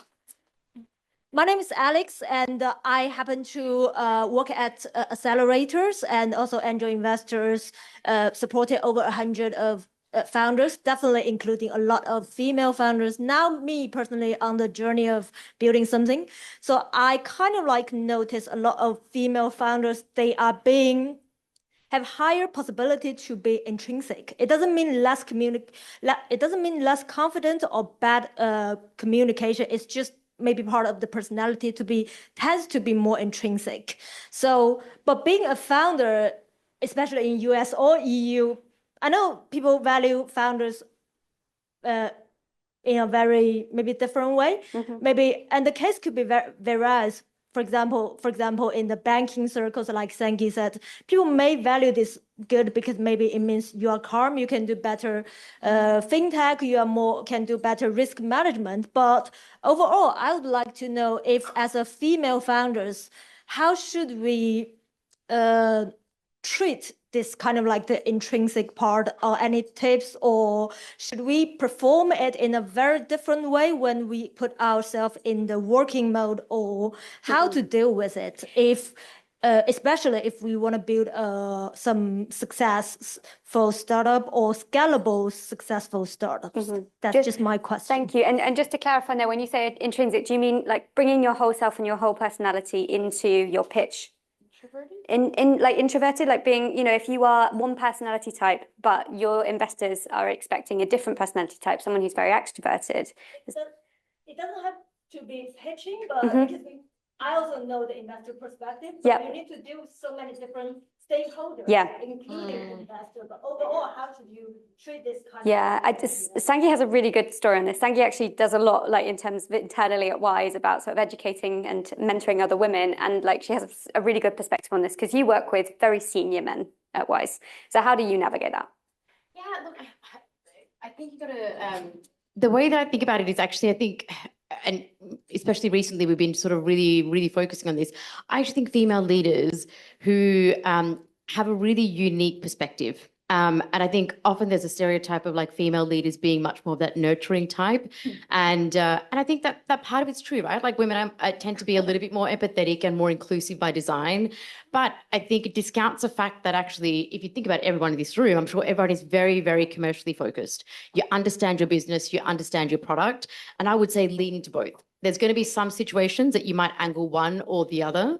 But I think we often, I find that we're not necessarily confident enough to lead with both those those aspects when we're thinking about a leadership. But I think that's what makes women really, really uniquely positioned to be incredible leaders, which is what we see in terms of results when you're running your businesses or when you're building great teams. And so even if you feel like you're much more intrinsic or maybe more or think more, not even insular, but maybe more about a team or something differently, that's probably you in one specific circumstance. But I suspect you're going to be able to your point, talk to investors or talk about your business in another circumstance. So I'd say lean into both because that's your superpower and you shouldn't be diminishing one over the other is how I think about it and how I try to show up and how I try to tell the teams to show up as well. Yeah. Absolutely. Thank you so much. And I'm sorry, guys, I know that you stayed because you have questions. I'm sure you will have many, many more. And we will, I promise, do another session where you can ask your questions to another fantastic panel. But for now, I just wanted to say a huge thank you to our wonderful panel. Thank you to you guys. Thank you to Meera, Sangi, and the two Ninas. You have been wonderful.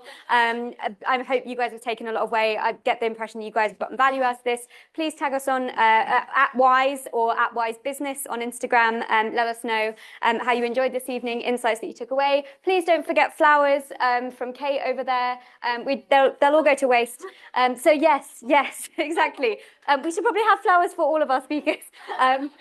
But yeah, I hope you guys eventually get your flowers in the metaphorical sense as well. So yeah, good luck everybody, and yeah, thanks so much for this evening. Thanks.